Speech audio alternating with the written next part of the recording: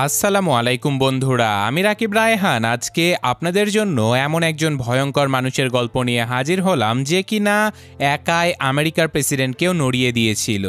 বিশ্বের সবথেকে বিপজ্জনক এই মানুষটা আমেরিকার প্রেসিডেন্টের ছেলেকে মেরে ফেলার জন্য উঠে পড়ে লেগেছিল। তো তারপরে কি ঘটেছিল সেটা জানার আগে ইন্ট্রো চলতে থাকার আপনারা চাইলে ততক্ষণ একটা সাবস্ক্রাইব করে দিতে পারেন। গল্পের শুরুতে আমরা একজন মানুষকে দেখতে পাই যে কিনা তার মৌমাছির খামারকে বাঁচানোর জন্য একটা ভীমরুলের আবাসস্থল ভেঙে নিয়ে যাচ্ছিল। আর তখনই তার প্রতিবেশী মিসেস পার্কার নামের একজন মহিলা অ্যাডাম নামের এই লোকটার সাথে গল্প করতে থাকে। এমনকি তিনি আজকে রাতে একসাথে খাওয়া দাওয়ার জন্য অ্যাডামকে দাওয়াতও করে। আসলে অ্যাডামের কোনো পরিবার বা প্রিয়জন কেউই ছিল না। সে একা একাই বসবাস করত বলে মিসেস পার্কার তার প্রতি বেশ খেয়াল রাখত। তো যাই হোক, এখন অ্যাডাম সেই ভীমরুলগুলোকে মেরে যখন নিজের মৌমাছিগুলোর দেখভাল করছিল, তখনই অপরদিকে মিসেস পার্কার নিজের স্বাভাবিক কিছু কাজকর্ম করার জন্য তার ল্যাপটপটা চালু করে নিয়েছিল। কিন্তু হঠাৎ করে মিসেস পার্কার খেয়াল করে যে তার ল্যাপটপে একটা পপ আপ ওয়ার্নিং চলে এসেছে, যেখানে বলা হচ্ছিল যে তার ল্যাপটপের হার্ড ডিস্কে কিছু একটা সমস্যা হয়েছে। আর সেই সমস্যাটা ঠিক করার জন্য সেখানে একটা নাম্বারও দেয়া হয়েছিল কল করার জন্য। মিসেস পার্কারের অনেক গুরুত্বপূর্ণ তথ্য, এমনকি তার পরিবার পরিজনের অনেক ছবি সেই হার্ড ড্রাইভে থাকার কারণে তিনি সাথে সাথে সেই নাম্বারে কল দিয়ে দেয়। আর এখানে আমরা জানতে পারি যে এই সম্পূর্ণ ঘটনাটা একদল স্ক্যামারের একটা চাল ছিল, কারণ মিসেস পার্কারের ফোন কল সরাসরি সেই স্ক্যামার গ্রুপের কাছে চলে যায়। আর তারা ফোন রিসিভ করে মিসেস পার্কারকে বিভিন্নভাবে বোঝাতে থাকে যে আপনার হার্ড ড্রাইভটা সম্পূর্ণভাবে নষ্ট হয়ে গেছে, এটাকে পরিবর্তন করতে হবে। কিন্তু মিসেস পার্কার যখনই তাদেরকে বোঝায় যে এই হার্ড ডিস্কটা তার কাছে অনেক গুরুত্বপূর্ণ, এখানে তার এবং তার পরিবারের অনেক ছবি রয়েছে, আর এগুলো সে একদমই হারাতে চায় না। আর তখনই স্ক্যামারেরা নিজেদের আসল চাল চেলে দেয়। স্ক্যামারেরা বলে যে কোনো সমস্যা নেই ম্যাম, আমরা রিমোটলি আপনার হার্ড ড্রাইভটা ঠিক করে দিতে পারবো, কিন্তু তার জন্য আপনার ল্যাপটপে কিছু পপ আপ উইন্ডো আসবে আর আপনাকে এই সব কিছু অ্যালাউ করে দিতে হবে। এমনকি কয়েকটা ওটিপিও যাবে, যেগুলো দিলেই আমরা কোনো ডেটা লস করা ছাড়াই আপনার হার্ড ডিস্কটা ঠিক করে দিতে পারবো। বেচারি পার্কার বৃদ্ধ বয়সে স্ক্যামারদের এইসব চাল কিছুই বুঝতে পারে না, তাই একের পর এক মিসেস পার্কার স্ক্যামারদের কথা মতো সবগুলো উইন্ডো অ্যালাউ করে দেয়, যার ফলে স্ক্যামাররা দেখতে পায় যে মিসেস পার্কারের ব্যাংক অ্যাকাউন্টে কত টাকা রয়েছে। এমনকি তিনি একটা স্কুলের ওয়েলফেয়ার ফান্ডের ম্যানেজারও ছিল, আর সেই ফান্ডের অ্যাকাউন্টে প্রায় $2 মিলিয়ন ছিল, যার সবগুলো টাকাই মুহূর্তের মধ্যেই সেই স্ক্যামারটা মিসেস পার্কারের কাছ থেকে ছিনিয়ে নেয়। মিসেস পার্কার বুঝতে পারে যে তিনি বিশাল বড় একটা ফ্রডের শিকার হয়েছে, কিন্তু এখন তার কাছে আর করার কিছুই ছিল না।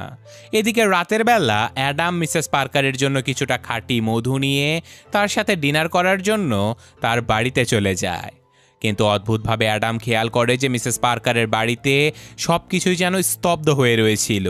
অ্যাডামের মনে সন্দেহ হওয়াতে সে তার হাতে একটা ছুরি নিয়ে ঘরের ভেতরে যেতে থাকে, আর তখনই পেছন থেকে বন্দুক তাক করে ধরে তাকে জিম্মি করে ফেলে ভেরোনা নামের একজন FBI এজেন্ট।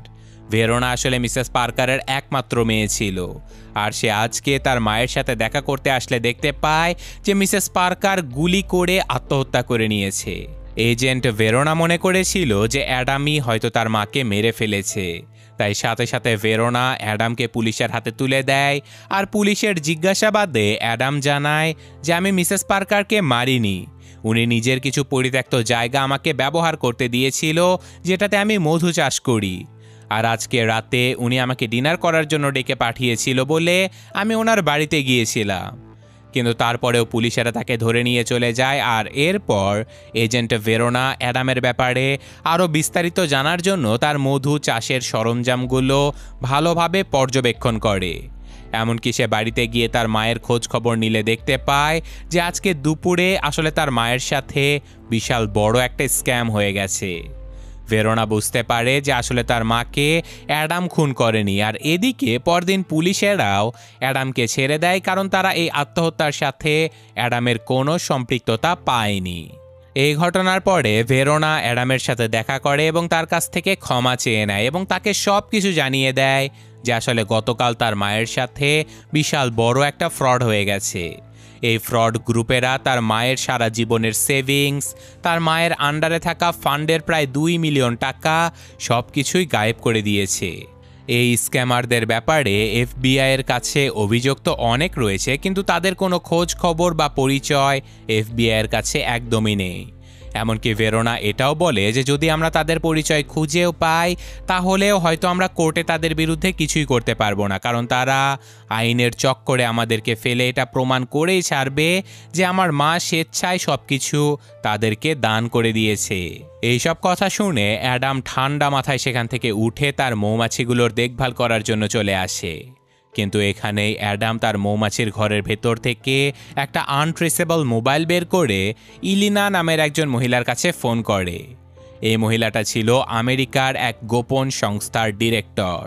অ্যাডাম সেই মহিলাকে জানায় যে তোমার থেকে আমার একটা সাহায্য দরকার, আমার একটা নাম এবং ঠিকানা দরকার যাকে আজ পর্যন্ত এফবিআইও খুঁজে বের করতে পারেনি। এই কথা শুনে ইলিনা বলে যে চিন্তা করো না, আমরা এফবিআই নই। আর এই ঘটনার মাত্র কয়েক ঘন্টা পরে ইলিনা অ্যাডামকে কল করে বলে যে তার নাম ঠিকানা সব কিছু পাওয়া গেছে, কিন্তু এই প্রতিষ্ঠান সারা বিশ্বে ছড়িয়ে ছিটিয়ে রয়েছে, এরা কারা তার কোনো বিস্তারিত তথ্য পাওয়া যায়নি। এই কথা শুনে অ্যাডাম বলে যে চিন্তা করো না, এরা কারা সেটা জানার জন্যই আমি ওদের সাথে দেখা করব। এখন সরাসরি অ্যাডাম কয়েক লিটার পেট্রোল নিয়ে ইউনাইটেড ডেটা সেন্টার নামের একটা জায়গাতে পৌঁছে যায়, যেখানে সে উপস্থিত সিকিউরিটি গার্ডদেরকে বলে দেয় যে বাঁচতে চাও তো আমার সামনে থেকে সরে যাও, আমি সম্পূর্ণ বিল্ডিংটা পুড়িয়ে দিতে এসেছি। এই কথা শুনে সিকিউরিটি গার্ডেরা অ্যাডামকে আটকাতে চাইলেও অ্যাডাম মুহূর্তের মধ্যেই তাদেরকে মেরে সরাসরি বিল্ডিংয়ের ভেতরে পৌঁছে যায়। সেখানে গিয়ে চিৎকার করে অ্যাডাম সবাইকে বলে যে সবাই কাজ বন্ধ করো, আর আমি যেটা বলছি আমার সাথে সাথে সেটাই বলো, যে আজকের পর থেকে আমরা আর কখনো কোনো মানুষের কাছ থেকে স্ক্যাম করব না। প্রথম সবাই হাসাহাসি করলেও অ্যাডাম 2-4 জনকে মারার সাথে সাথে তারা সবাই অ্যাডামের কথা মেনে নেয়। আর এরপর অ্যাডাম তাদেরকে বলে যদি বাঁচতে চাও তাহলে এখান থেকে চলে যাও, কারণ আমি এই জায়গাটা জ্বালিয়ে দিতে চলেছি। এটা বলে অ্যাডাম চারিদিকে পেট্রোল ছড়িয়ে দিতে থাকে, আর তখনই এই ডেটা সেন্টারের ম্যানেজার মিকি সেখানে চলে আসে। এটা দেখে রেগেমেগে অ্যাডাম মিকি এবং তার বডিগার্ড সবাইকে মেরে সম্পূর্ণ ঘরটাতেই পেট্রোল ছিটিয়ে দেয় আর একটা টাইম বোমা সেখানে লাগিয়ে দেয়, যার মাধ্যমে কোনো মানুষ যখন তাদের কাছে সাহায্যের জন্য ফোন করবে তখনই সেখানে বিস্ফোরণ ঘটে যাবে। আর কিছু মুহূর্ত পরে একজন সাধারণ মানুষ ফোন কল করার কারণে এই সম্পূর্ণ বিল্ডিংটাই উড়ে যায়। আর এখন আমাদের ডেরেক ড্যানফোর্ড নামের একজন তরুণ ছেলেকে দেখানো হয় যে কিনা তার লাক্সারিয়াস লাইফ উপভোগ করছিল। আর তখনই মিকি তাকে ফোন করে সব কিছু জানিয়ে দেয় যে একজন মাত্র মানুষ এসে কোনো কিছু না বলে তাদের সম্পূর্ণ বিল্ডিংটা উড়িয়ে দিয়ে চলে গেছে। ডেরেক প্রচণ্ড অবাক হয়ে যায়। সে জিজ্ঞাসা করে যে লোকটার নাম কি, সে কোথা থেকে এসেছে, আর সে কীভাবেই বা আমাদেরকে খুঁজে বের করতে পারলো। কিন্তু স্বাভাবিকভাবেই মিকি কিছুই জানতো না। তাই ডেরেক সরাসরি তার অ্যাসিস্ট্যান্ট ওয়েলসের কাছে চলে যায় আর তাকে ডেকে বলে যে দেখো ওয়েলস, আমার বন্ধুর একটা কল সেন্টার রয়েছে, আর সেখানে একজন লোক হঠাৎ করে এসে পুরো বিল্ডিংটাই উড়িয়ে দিয়ে চলে গেছে। তুমি তো এফবিআইয়ের প্রেসিডেন্ট ছিলে, তুমি কি কোনোভাবে সেই লোকটাকে খুঁজে দিতে পারবে? কিন্তু ওয়েলস সরাসরি তাকে বলে দেয় যে আমি তোমার বন্ধুদের কোনো সাহায্য করতে পারবো না। আর এদিকে টমি নামের আরেকজন এফবিআই এজেন্ট ভেরোনাকে কল করে জানায় যে ইউনাইটেড ডেটা সেন্টার নামের সেই সম্পূর্ণ প্রতিষ্ঠানের বিল্ডিংটাকে কেউ একজন ধ্বংস করে দিয়ে চলে গেছে। এই খবর পাওয়ার সাথে সাথে এফবিআইয়ের লোকজনেরা সেখানে গিয়ে তদন্ত করতে শুরু করে দেয়, কিন্তু তারা কোথাও কোনো সিসিটিভি ফুটেজ বা অ্যাডামের কোনো পদচিহ্নই পায় না, কারণ সব কিছুই পুড়ে ছারখার হয়ে গিয়েছিল। এদিকে মিকি কয়েকজন গ্যাংস্টারকে নিয়ে খুঁজতে খুঁজতে অ্যাডামের বাড়ি অবধি পৌঁছে যায়, আর তারা দূর থেকেই অ্যাডামকে দেখেই চিনে ফেলে। তো সবার আগে তারা অ্যাডামের মৌমাছির ঘরগুলো সব ধ্বংস করে দেয় এবং তারপর অ্যাডামকে মারার জন্য তার গ্যারেজের ভেতরে পৌঁছে যায়। কিন্তু সেখানে অ্যাডাম আগে থেকেই প্রস্তুত হয়ে বসেছিল। সে বিভিন্ন ফাঁদে ফেলে এক এক করে সবগুলো কিলারকে মেরে ফেলে, আর এই সব কিছু দেখে মিকি প্রচণ্ড ভয় পেয়ে যায়। আর অ্যাডাম মুহূর্তের মধ্যেই মিকির হাতের সবগুলো আঙুল কেটে নিজের ঘর বাড়ি সব কিছু জ্বালিয়ে দিয়ে চিরতরে এই এলাকা থেকে বেরিয়ে চলে যায়। আর অপরদিকে মিকি নিজের কাটা হাত নিয়ে কোনো রকমে হাসপাতালের দিকে যাচ্ছিল। আর পথিমধ্যেই ডেরেক মিকিকে ফোন করলে সে জানতে পারে যে মিকির সাথে যাওয়া সবগুলো কিলার অলরেডি মারা গেছে। শুধু তাই নয়, মিকির হাতের আঙুলগুলো কেটে ফেলা হয়েছে। আর এইসব কথা সে সবার আগেই সেখানে অ্যাডাম চলে আসে। আর সে মিকির গাড়ির সাথে মিকিকে বেঁধে তাকে উপর থেকে সোজা নিচে ফেলে দেয়। আর তারপর ডেরেকের ফোন রিসিভ করে অ্যাডাম ডিরেক্ট বলে দেয় যে তুই যেখানেই পারিস লুকিয়ে থাক, আমি তোকে খুঁজে বের করব আর তোকে মেরেও ফেলবো। এইসব কথা শুনে ডেরেক প্রচণ্ড ভয় পেয়ে ওয়েলসের মাধ্যমে অ্যাডামের বেশ কিছু তথ্য বের করে ফেলে। আর অ্যাডামের তথ্যগুলো দেখে ওয়েলসের মাথায় রীতিমতো আকাশ ভেঙে পড়ে। ওয়েলস সরাসরি ডেরেককে বলে দেয় যে দেখো, অ্যাডাম কোনো সাধারণ মানুষ নয়, সে একজন ভয়ঙ্কর ফাইটার। তুমি ওর থেকে যতটা দূরে থাকবে ততদিনই তুমি বেঁচে থাকবে, কারণ একজন বি কিপার্স যখন বলেছে তোমাকে মেরে ফেলবে তাহলে তোমাকে মরতেই হবে। আমরা কেউ তোমাকে বাঁচাতে পারবো না। আমি 20 বছর এফবিআইতে চাকরি করেছি। আমি নিজের যোগ্যতায় এফবিআইয়ের প্রেসিডেন্টও হয়েছিলাম। আমি নিজের ক্ষমতা কাজে লাগিয়ে তোমাকে আজ অবধি জেল, পুলিশ, আইন, আদালত সব কিছু থেকেই বাঁচিয়ে নিয়েছি, কিন্তু দুর্ভাগ্যবশত তুমি এবার একজন বি কিপার্সকে ডিস্টার্ব করে ফেলেছো। তাই আমরা আর কোনোভাবেই তোমাকে কোনো সাহায্য করতে পারবো না। এদিকে এফবিআইও অ্যাডামের ব্যাপারে তদন্তে নেমে পড়েছিল। আর তারা তদন্ত করতে গিয়ে দেখতে পায় যে অ্যাডামের নাম, ঠিকানা, পরিচয় কোনো কিছুই সরকারের খাতায় ছিলই না। সে রীতিমতো একটা ভূতের মতো, কারণ সরকারের চোখে তার কোনো অস্তিত্বই ছিল না। এদিকে ডেরেকের মা ওয়েলসকে ফোন করে বলে যে আমি আমার ছেলেকে এর আগে এতটা ভীত কখনোই দেখিনি। ও আমাকে ফোন করেছিল, ওর কি হয়েছে, তুমি কি ওর ঠিকমতো খেয়াল রাখতে পারছো তো? ওয়েলস ডেরেকের মাকে জানায় যে তোমার ছেলের অবস্থার জন্য সে নিজেই দায়ী। সে একজন বি কিপার্সের সাথে ঝামেলায় জড়িয়েছে। এই কথা শুনে ডেরেকের মা নিজেও প্রচণ্ড ভয় পেয়ে যায়। সে ওয়েলসের কাছে অনুরোধ করে যেভাবেই হোক সে যেন তার ছেলেকে বাঁচিয়ে নেয়। তাই ওয়েলস এবার সিআইএ ডিরেক্টর জেনেটকে কল করে আর তাকে বলে যে ডেরেক একটা বি কিপার্সের সাথে ঝামেলায় জড়িয়ে পড়েছে, তোমরা একটু অ্যাডামের ইনফরমেশন দিয়ে আমাকে সাহায্য করতে পারবে? কিন্তু জেনেট বলে যে যদি আমি কোনো ইনফরমেশন পাই তাহলে সেটা তো অবশ্যই দেব, কিন্তু তুমি ডেরেকের অন্তিম সংস্কারের জন্য প্রস্তুত হয়ে থাকো। ওয়েলস বুঝতে পারে যে বিকিপার্সদের ঝামেলা আসলে সরকারি কোনো সংস্থা হ্যান্ডেলই করতে পারবে না। তাই সে বিকিপার্সদের ডিরেক্টর ইলিনাকে ফোন করে আর তাকে জানায় যে তোমাদের সংস্থার একজন বিকিপার্স অ্যাডাম ডেরেকের পেছনে কোমর বেঁধে পড়ে গিয়েছে ওকে মারার জন্য। অ্যাডামকে যেভাবেই হোক তোমরা আটকাও। ইলিনা ওয়েলসকে জানায় যে আমরা এসব কিছুই করতে পারবো না, কারণ অ্যাডাম অনেক আগেই রিটায়ার হয়ে গেছে। কিন্তু তখনই ওয়েলস বলে যে তুমি তো জানো আমি কার হয়ে কাজ করি আর ডেরেক কার ছেলে। এই কথা শুনে ইলিনা ওয়েলসকে কথা দেয় যে সে অ্যাডামকে মারার জন্য অ্যাক্টিভ বিকিপার্সদেরকে পাঠিয়ে দেবে। আর এমনটাই হয়। সেদিন রাতে অ্যাডাম যখন পেট্রোল পাম্প থেকে গাড়িতে পেট্রোল ভরছিল তখনই তার উপরে অতর্কিতে একটা মেয়ে এসে হামলা করে দেয়। এই মেয়েটা অনেক বেশি রাক্ষসী স্বভাবের ছিল। সে তার সামনে যেই আসছিল তাকে কোনো কিছু চিন্তা ভাবনা না করেই মেরে ফেলছিল। আর এসব কিছু দেখে অ্যাডাম তার সাথে ভয়ঙ্কর একটা লড়াই শুরু করে দেয়। আর এক পর্যায়ে অ্যাডাম সেই মেয়েটাকে আগুনে পুড়িয়ে তার হাতের একটা আঙুল কেটে সম্পূর্ণ পেট্রোল পাম্পটাকেই উড়িয়ে দিয়ে চলে যায়। আর এই ঘটনার পরে ইলিনা ওয়েলসকে ফোন করে জানায় যে তাদের কাজ সাকসেসফুল হয়নি, বরং এমন ভয়ঙ্কর একটা ঘটনার পরে সকল বিকিপার্সরা এইসব ঘটনা থেকে নিজেদেরকে নিউট্রাল রাখার সিদ্ধান্ত নিয়েছে। সুতরাং এখন বিকিপার্সরা আর ওয়েলসকে কোনো সাহায্য করতে পারবে না। যেই কথা শুনে ডেরেক প্রচণ্ড ভয় পেয়ে যায়। আর ওদিকে এফবিআইয়ের অফিসারেরা আসে ধ্বংস হয়ে যাওয়া সেই পেট্রোল পাম্পে তদন্ত করার জন্য। তো গত রাতে সেই মেয়েটার ইউজ করা অস্ত্রগুলো দেখে এফবিআই অফিসারেরা অবাক হয়ে যায়, কারণ এত হাইটেক অস্ত্র সাধারণ কোনো মানুষের কাছে থাকার সম্ভাবনাই নেই। আর তাছাড়াও ভেরোনা সেখানে একটা বই খুঁজে পায় যার নাম ছিল বিকিপার্স। এদিকে ওয়েলস ডেরেককে বাঁচানোর জন্য দেশের সেরা কমান্ডো সিকিউরিটি গার্ড গ্রুপের সাথে দেখা করতে চলে যায়।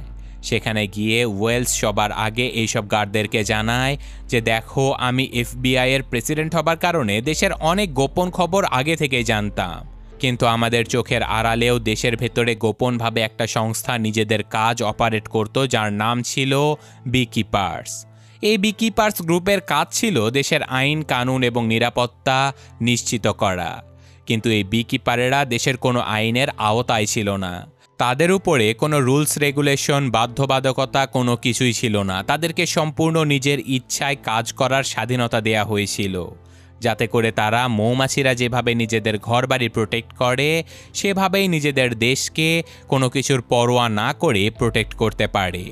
আর এমনই একজন এলিট বিকিপার রিটায়ার হয়ে যাবার পরেও ডেরেকের পেছনে লেগে গেছে তাকে মারার জন্য। আর এখন তোমাদের কাজ হলো সেই লোকটাকে আটকানো।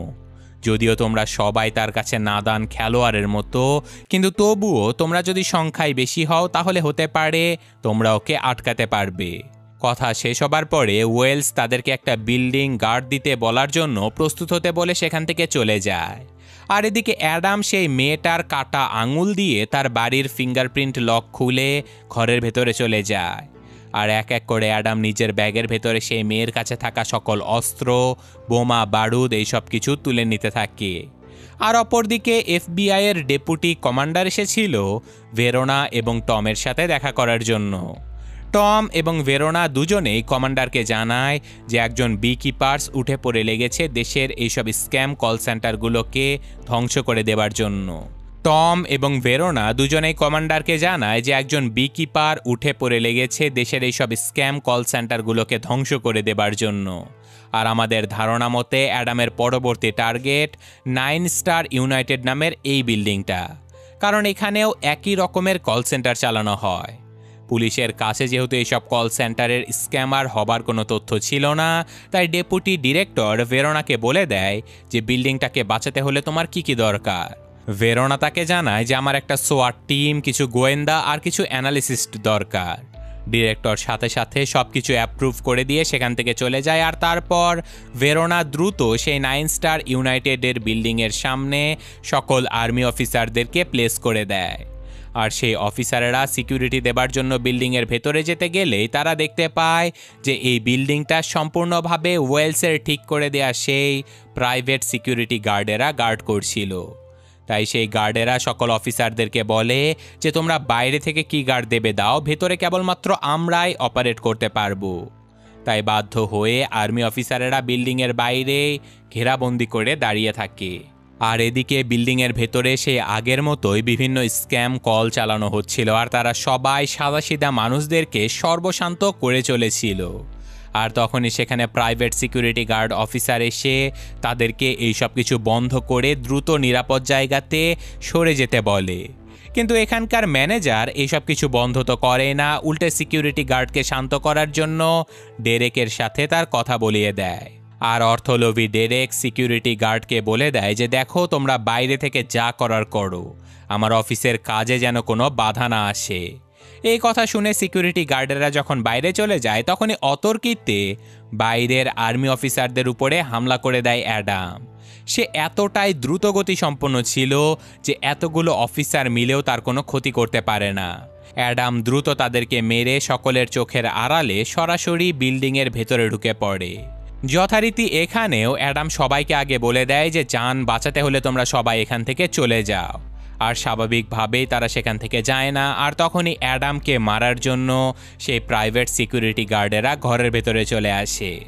আর এখানে গার্ডদের সাথে অ্যাডামের ভয়ঙ্কর লড়াই শুরু হয়ে যায়।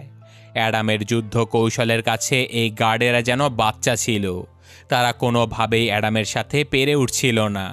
অ্যাডাম কয়েক মুহূর্তের মধ্যেই সবগুলো গার্ডকে মেরে সেখান থেকে যখন বেরোতেই যাচ্ছিল তখনই এফবিআইয়ের আরও লোকজন সেখানে পৌঁছে যায়। আর তারা অ্যাডামকে আটকানোর জন্য ঘরের ভেতরে ঢুকে পড়ে, কিন্তু ততক্ষণে অ্যাডাম এফবিআই অফিসারদেরকে মারার জন্য বিভিন্ন ফাঁদ পেতে রেখেছিল, যেই ফাঁদে পড়ে যুদ্ধ শুরু করার আগে অর্ধেক অফিসারেরা মারা পড়ে। আর এই সব কিছু দেখে ভেরোনা টমি আর সাথে আরও কয়েকজন অফিসারকে নিয়ে ভেতরে যেতে থাকে। আর অপরদিকে অ্যাডাম এই অফিসের ম্যানেজারকে বিভিন্নভাবে টর্চার করতে থাকে আর বলতে থাকে যে তোর বসের নাম বলে দে, তুই কার হয়ে কাজ করিস এটা বললেই আমি তোকে ছেড়ে দেব। তুই জানিস না তোর বস এমন একজন লোকের কাছ থেকে $2 মিলিয়ন চুরি করেছে, যে লোকটা ছাড়া আমার খেয়াল রাখার মতো আর কেউই ছিল না। তো যাই হোক, এখন অনেক মার খাবার পরে ম্যানেজার জানিয়ে দেয় যে সে ড্যানফোর্ড কোম্পানির ডিরেক্টর ডেরেকের হয়ে কাজ করে। সে এটাও বলে যে ডেরেককে কেউ ধরতেও পারবে না। তখনই সেই ঘরের ভেতরে ভেরোনা তার দলবল নিয়ে পৌঁছে যায়, আর তারা অ্যাডামকে ধরতে পারলেও অ্যাডাম লুকিয়ে গিয়ে তাদেরকে বলতে থাকে যে তোমাদের কাছে কোনটা আগে, আইন কানুন নাকি ইনসাফ? এই লোকগুলোর জন্যই তোমাদের মা আত্মহত্যা করেছিল। এটা বলে মুহূর্তের মধ্যেই অ্যাডাম সবার চোখের সামনে দিয়ে পালিয়ে চলে যায়। কিছুক্ষণের মধ্যেই ওয়েলস খবর পেয়ে যায় যে তাদের 9 স্টার ইউনাইটেড বিল্ডিংটাও ধ্বংস হয়ে গেছে। তাই এবার সে বুঝতে পারে যে ঘটনাটা সম্পূর্ণভাবে তার নিয়ন্ত্রণের বাইরে চলে গেছে। তাই সে ডেরেককে বলে যে সময় এসে গেছে তোমার মাকে ফোন করার। তুমি তোমার মায়ের সাথে থাকলেই সব থেকে নিরাপদে থাকবে। সাথে সাথে ডেরেক তার মাকে কল করে, আর এখানেই আমরা জানতে পারি যে ডেরেকের মা ছিল বর্তমান আমেরিকার প্রেসিডেন্ট। আর তাছাড়াও FBI তদন্ত করে বের করে ফেলেছিল যে ধ্বংস হয়ে যাওয়া ইউনাইটেড ডেটা গ্রুপ এবং 9 স্টার ইউনাইটেড দুটো অফিসই ছিল ড্যানফোর্ড এন্টারপ্রাইজের আন্ডারে। আর এই ড্যানফোর্ড এন্টারপ্রাইজের ডিরেক্টর ছিল ডেরেক ড্যানফোর্ড, আর তার মাই ছিল আমেরিকার বর্তমান প্রেসিডেন্ট। তারা এই ড্যানফোর্ড এন্টারপ্রাইজের আন্ডারে থাকা অফিসগুলোর বেশ কয়েকটা স্ক্যামের প্রমাণও পেয়ে যায়। শুধু তাই নয়, তাদের ধারণা অনুযায়ী অ্যাডামের পরবর্তী টার্গেট হতে চলেছে আমেরিকার প্রেসিডেন্ট মিসেস ড্যানফোর্ড। এদিকে প্রেসিডেন্ট আজকে একটা মিটিং করার জন্য শহর থেকে বাইরে যাচ্ছিল, আর সেই মিটিংয়ে তার সাথে দেখা করার জন্য এসেছিল তার ছেলে এবং তার অ্যাসিস্ট্যান্ট ওয়েলস এখানে দেশের সব থেকে বড় কিলার গ্রুপকে ডেকে পাঠিয়েছিল ডেরেকের নিরাপত্তা দেবার জন্য। আর সেই কিলার গ্রুপের প্রধান সবার আগে ডেরেককে বলে যে তোর কি দরকার ছিল বিকিপার্সদের সাথে লাগার? তুই কি জানিস ওরা কত ভয়ঙ্কর হয়? আমি আমার লাইফে একজন মাত্র বিকিপার্সকে মেরেছিলাম কারণ আমার কপাল ভালো ছিল, কিন্তু এতটাও ভালো ছিল না যে আমি আমার নিজের পাটাকে বাঁচাতে পারতাম। যাই হোক, তুই চিন্তা করিস না, তোকে যদি কেউ বাঁচাতে পারে তাহলে আমরাই পারবো। এছাড়াও সেই কিলার গ্রুপের পাশাপাশি FBI এর লোকজনেরাও সেখানে এসেছিল প্রেসিডেন্টের নিরাপত্তা দেবার জন্য। আর অপরদিকে প্রেসিডেন্ট হাউসে হামলা করার জন্য বেরিয়ে পড়েছিল অ্যাডাম নিজেও। প্রেসিডেন্ট হাউসে ঢোকার আগে সকল গাড়িগুলোর যখন সিকিউরিটি চেক হচ্ছিল, তখনই একটা ম্যানহোলের ভিতর দিয়ে এসে অ্যাডাম একটা গাড়ির নিচে ঢুকে পড়ে। আর সেই গাড়ি চেক করতে আসা একজন অফিসারকে অ্যাডাম মেরে সেখানে অজ্ঞান করে ফেলে তার জামা কাপড় পরে প্রেসিডেন্ট হলের ভেতরে ঢুকে পড়ে। হলের ভেতরে গিয়ে অ্যাডাম স্যুট বুট পরে কর্পোরেট হয়ে প্রেসিডেন্ট হলের ভেতরে ঢোকার সুযোগ খুঁজতে থাকে। আর এদিকে FBI এর ডিরেক্টর এসেছিল ডেরেককে জিজ্ঞাসাবাদ করার জন্য। সে মিসেস প্রেসিডেন্টের সামনে ডেরেককে জিজ্ঞাসা করে যে আমরা তোমার বন্ধুদের দ্বারা পরিচালিত কোম্পানিগুলোর স্ক্যামের অনেক প্রমাণ পেয়েছি। তুমি একজন প্রেসিডেন্টের ছেলে হয়ে কিভাবে পারলে এসব কিছু করতে? এত বড় বড় স্ক্যামের কথা শুনে প্রেসিডেন্টের মাথায় রীতিমতো আকাশ ভেঙে পড়ে। সে আসলে একজন ভালো মানুষ ছিল, তিনি তার ছেলের এইসব কুকর্মের ব্যাপারে কিছুই জানতো না।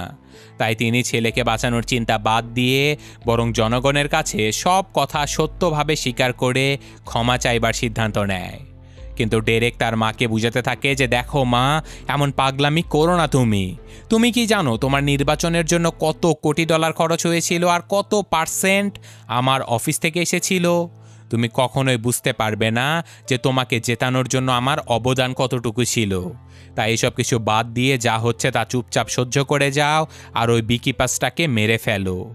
কিন্তু ততক্ষণে অ্যাডামকে FBI এর লোকজন এবং কিলার সবাই দেখতে পায়, কিন্তু কেউ তাকে মারতেই পারছিল না, কারণ অ্যাডাম এতটাই দ্রুতগতি সম্পন্ন ছিল যে সে রীতিমতো চোখের পলকেই তাদের সবাইকে মেরে সামনে এগিয়ে যেতে থাকে। আর এভাবেই যেতে যেতে এক পর্যায়ে অ্যাডামের সাথে সেই কিলারের মুখোমুখি দেখা হয়ে যায়, আর এখানেই তাদের দুজনের মাঝে একটা ভয়ঙ্কর ফাইট সিকোয়েন্স আমাদেরকে দেখানো হয়। কিন্তু ফাইনালি অ্যাডাম সেই কিলারকে মেরে প্রেসিডেন্ট রুমের দিকে এগিয়ে যেতে থাকে। আর তখনই রুমে ঢোকার আগে ওয়েলস এসে অ্যাডামকে বোঝাতে থাকে যে দেখো অ্যাডাম, তুমি যা চাইবে আমরা তোমাকে তাই দেব, কিন্তু তুমি প্লিজ মাথা ঠান্ডা করে এইসব কিছু বন্ধ করে দাও। এই কথা শুনে অ্যাডাম তাকে ধাক্কা দিয়ে বলে যে তোমাদের মতো লোক যদি না থাকতো তাহলে আমাদের মতো বিকিপার্সদের কোনো দরকারই ছিল না। এসব কথা বলে সে প্রেসিডেন্টের রুমের ভেতরে ঢুকতেই যাচ্ছিল, আর তখনই মায়ের সাথে ঝগড়া করতে থাকা ডেরেক এফবিআইয়ের ডিরেক্টরকে গুলি করে দেয়, কারণ তিনি ডেরেকের সকল কুকর্মের কথা জেনে গিয়েছিল। আর সাথে সাথে অ্যাডামও ঘরের ভেতরে ঢুকলে বাকি এফবিআই অফিসারেরাও অ্যাডামকে বন্দুকের ডগায় জিম্মি করে ফেলে। আর তখনই ডেরেক নিজে বাঁচার জন্য নিজের মায়ের মাথাতেই বন্দুক তাক করে ধরে, আর সাথে সাথে অ্যাডাম গুলি করে ডেরেককে সেখানেই মেরে ফেলে। আর এখানে পালানোর সময় একদিকে যখন প্রেসিডেন্ট অঝরে কান্না করছিল, অপরদিকে ভেরোনা অ্যাডামকে সরাসরি নিজের বন্দুকের সামনে নিতে পারলেও এবার সে আর তাকে গুলি করে না, বরং ইনসাফের জন্য সে অ্যাডামকে ছেড়ে দেয়। আর অ্যাডাম যথারীতি ভূতের মতো সমুদ্রের ভেতর দিয়ে পালিয়ে চলে যায় নতুন কোনো ঠিকানায়। আর এই ঘটনার সাথে সাথে আজকের এই গল্পটা শেষ হয়ে যায়। তো সিনেমাটা দেখার সময় শুধু মনে মনে ভাবলাম যে এতই সহজ, তাই না? একজন মানুষ একদম প্রেসিডেন্টের ঘরের ভেতরে গিয়ে সেখান থেকে খুন করে পালিয়ে গেল। আর তাছাড়াও সব থেকে অবাক করার ব্যাপার হচ্ছে যে অ্যাডাম ডেরেককে মারার পরে যে জানালা ভেঙে সমুদ্রের মধ্যে দিয়ে পালিয়ে গেল, সেই জায়গাতে কিন্তু কোনো সিকিউরিটি অফিসার ছিল না। তো অ্যাডাম চাইলেই সমুদ্রের ভেতর দিয়ে সরাসরি প্রেসিডেন্টের ঘরে এসে তার ছেলেকে মারতে পারত, বা কোনো স্নাইপারও ইউজ করতে পারত, কিন্তু না, ওভার দ্য টপ দেখানোর জন্য একদম জাতা বানায় দিছে। তো যাই হোক, শুধুমাত্র অ্যাকশন দেখার জন্য সিনেমাটা ভালোই, কিন্তু তারপরেও গল্পটা আপনাদের কাছে কেমন লাগলো সেটা কমেন্টে জানাবেন। আমি আজকের মতো বিদায় নিচ্ছি, আল্লাহ হাফেজ।